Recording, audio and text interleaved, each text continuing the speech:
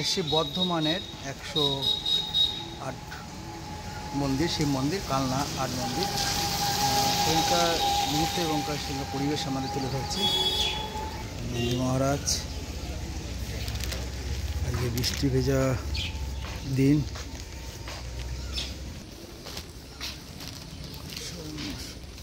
ওম নমঃ শিবায়, ওম নমঃ শিবায়, হর হর মহাদেব, হর হর মহাদেব।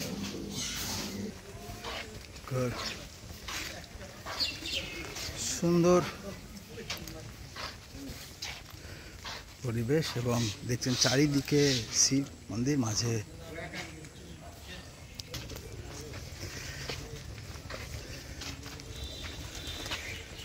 প্রত্যেক বছরই জানেন যে শ্রাবণ মাসে প্রত্যেক শিব মন্দিরই যায়।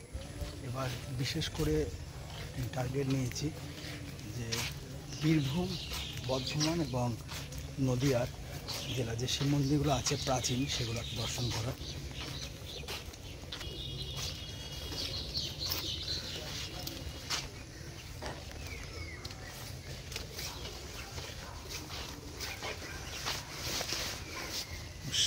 সবই এখানকার একই মূর্তির, অর্থাৎ কোনোটা কালো, কোনোটা সাদা শিব মন্দির, এবং মন্দিরের কাজ খুবই সুন্দর। এবং এখানকার একটা বিষয় যেটা থাকলে নিশ্চয়ই জানা যেত, এখানকার লোক বা পুরোহিত মশাই নেই। আমরা দেখতে পাচ্ছি একটা শিব মন্দির সাদা এবং একটা শিব মন্দিরে কালো শিবলিঙ্গ আছে। নিশ্চয় এর পেছনে কোনো ইতিহাস লুকিয়ে আছে।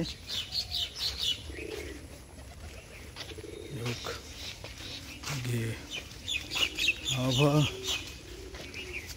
খুবই সুন্দর এবং যেহেতু গরম কালের ঠান্ডা ওয়েদার, অর্থাৎ বর্ষার পড়ে গেছে ইতিমধ্যেই জানেন, এবং সুন্দর আবহাওয়া পড়েছে। বৃষ্টি হলেও বাবার কাছে আসাই তো একটু কষ্ট তো পেতেই হবে, সুতরাং কষ্টের মধ্যে একটা আনন্দ থেকে যায়। বর্ধমানের শিব মন্দির দেখেছি এবং বর্ধমানের শিব মন্দিরটা এক আদরের, এই কাটোয়ার অর্থাৎ কালনার যেরকম শিব মন্দির 108, সেটা একটু অন্য ধরনের আদরের। মানে চারিদিকে শিব মন্দির এবং মাঝে একটি আছে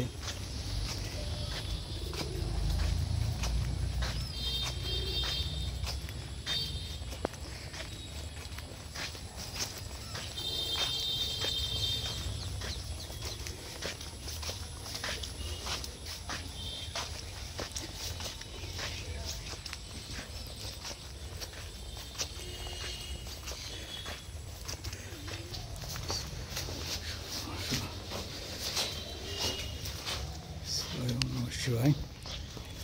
আমরা খুব প্রবেশ করলাম ভেতরের যে শিবলিঙ্গগুলো আছে সেগুলো এখানেও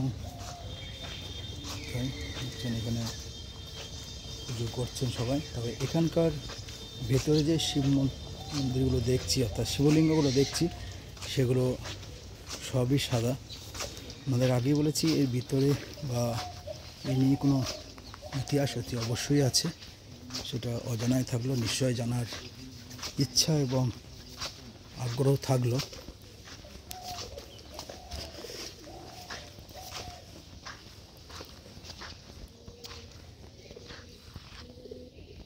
যাই হোক, আপনাদের যতটা পারলাম দর্শন করিয়ে দিলাম। এবার আমাকে একটু পুজো করতে হবে, শিবকে আরাধনা করতে হবে। সুতরাং পরে আবার দেখা হচ্ছে অন্য কোনো এক মন্দিরে। ভালো থাকুন, সুস্থ থাকুন। এখন আমি আর মিলনদা আমরা এসেছি মোটামুটি 10-12 জন।